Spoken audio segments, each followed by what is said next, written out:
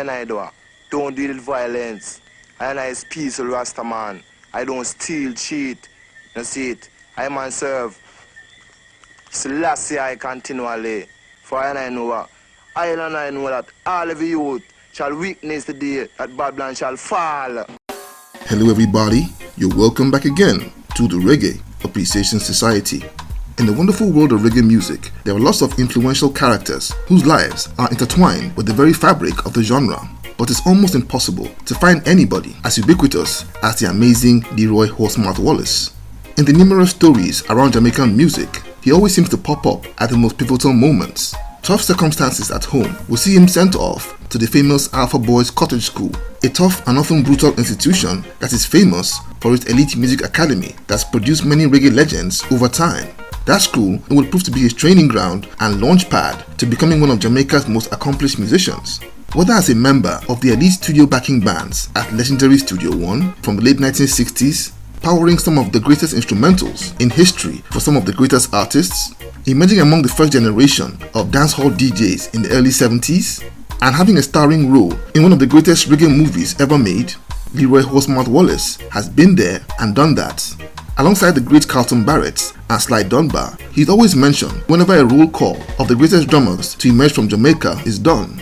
In fact, he's been credited with inventing the style of drumming called rockers that was a reigning sound in the golden era of reggae music, though a hotly contested accolade, as Sly Dunbar has also been hailed as the creator of that style.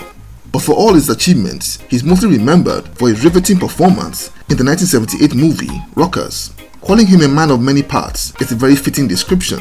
Now without further ado, let's take a look at the story of the legendary Leroy Horsemouth Wallace. He was born August 22, 1950 in the Rosetown area of Kingston, Jamaica.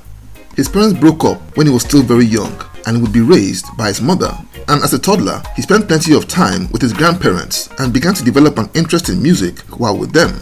His grandmother was a practitioner of Pocomania, a hybrid of Christianity and African traditional religion that had ceremonies which were very drum oriented, and this would spark his love for drumming at a very young age.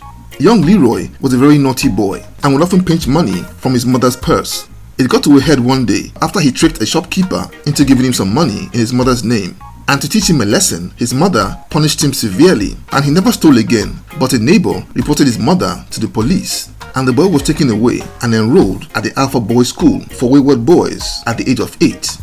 That school had been established in 1880 and was run by Catholic nuns and was known for instilling discipline in students via very tough methods. However, it was famous for an amazing school band and music department. Young Leroy would explore his love for drumming and came under the tutelage of the school's legendary bandmaster Lenny Hibbert, who was one of Jamaica's greatest music teachers, and incidentally was the uncle of reggae singer Junior Delgado. The Alpha Boys School would over time produce legends, including 4 members of the Scatterlights Band, Leroy Smart, Yellow Man, Apple Craig of Israel Vibration, and many more.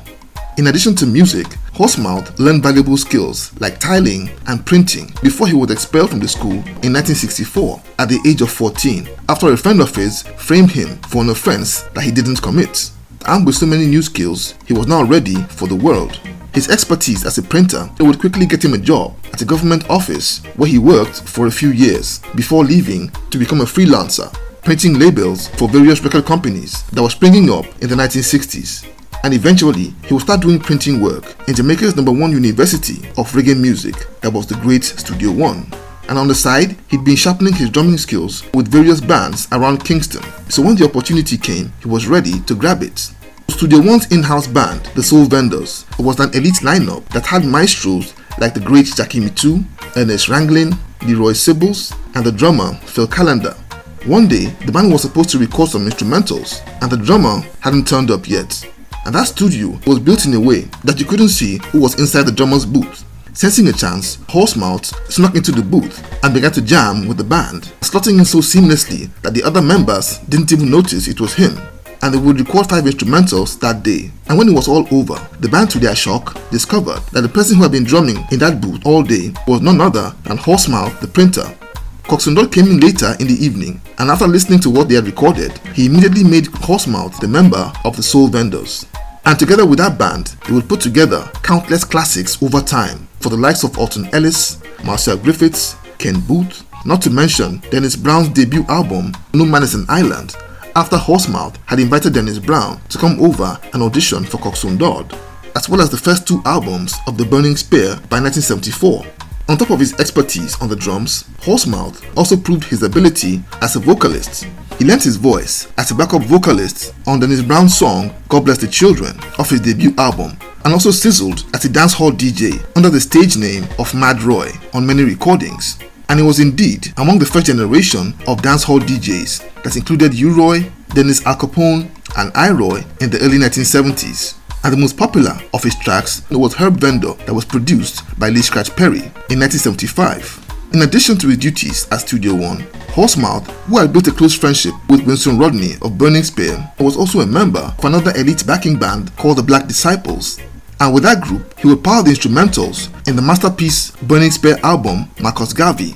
The Black Disciples became the Burning Spear's touring and studio band, and Horsemouth would provide the thunderous drum beats and drum rolls on further albums like Garvey's Ghosts, Man in the Hills, Dry and Heavy, and Social Living. Listing all the songs and artists that Horsemouth played on or played for would take all day, but in the mid-1970s he was working for acts like Inner Circle, The Gladiators, Prince Far Eye, Gregory Isaacs, Ijaman Levi, and so many more. And he would even teach and mentor upcoming drummers like Santa Davis, who would eventually play for Peter Tosh.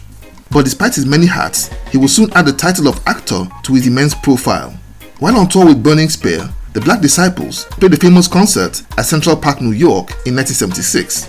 At that concert was a man called Ted Bafaloukos, a filmmaker who was in the process of making a movie called Rockers that was centered around the lives of musicians in Kingston, Jamaica.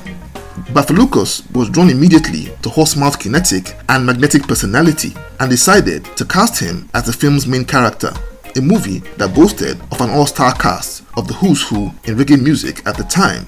The film was released in 1978 and had everyone in it, from Gregory Isaacs, Jacob Miller, Dillinger, Robbie Shakespeare, Inner Circle, Burning Spear, and I mean everybody.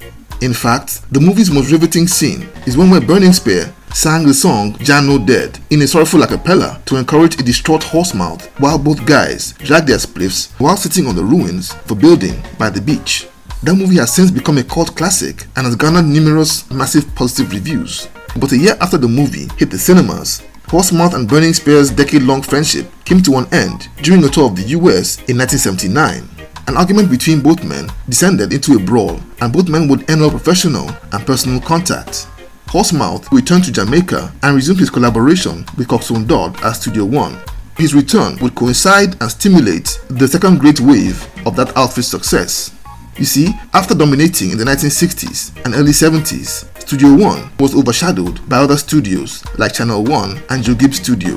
But by 1979, it was a reborn powerhouse that had new artists like Sugar Minott, The Silvertones, and Freddie McGregor. And with Horsemouth back to lay his mercurial drum rolls on their music, and Studio One was launched back into the reckoning. In 1981, he was added to Prince Far Eye's backing band for a tour of the UK, and while abroad, would juggle his services as a drummer over the next few years, touring the globe with lights of Sugar Minott, Don Carlos, and Junior Reid, before going back to Jamaica in 1985 to resume full duty at Studio One once again.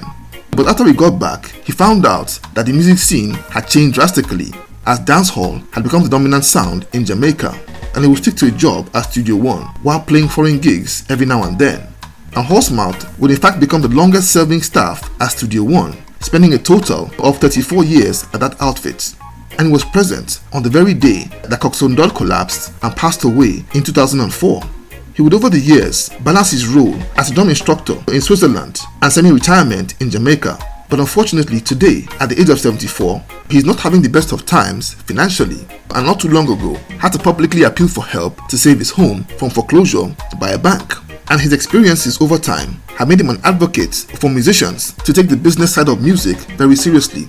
But all in all, Horsemouth is a true all-time living legend of the reggae genre and truly a Jamaican national hero. A man whose life story is embedded in the fabric of the culture, and I hope he gets his flowers while he's still with us. So there you have it. Thank you for watching the video today. Please leave a like, subscribe, and until next time, Jah bless.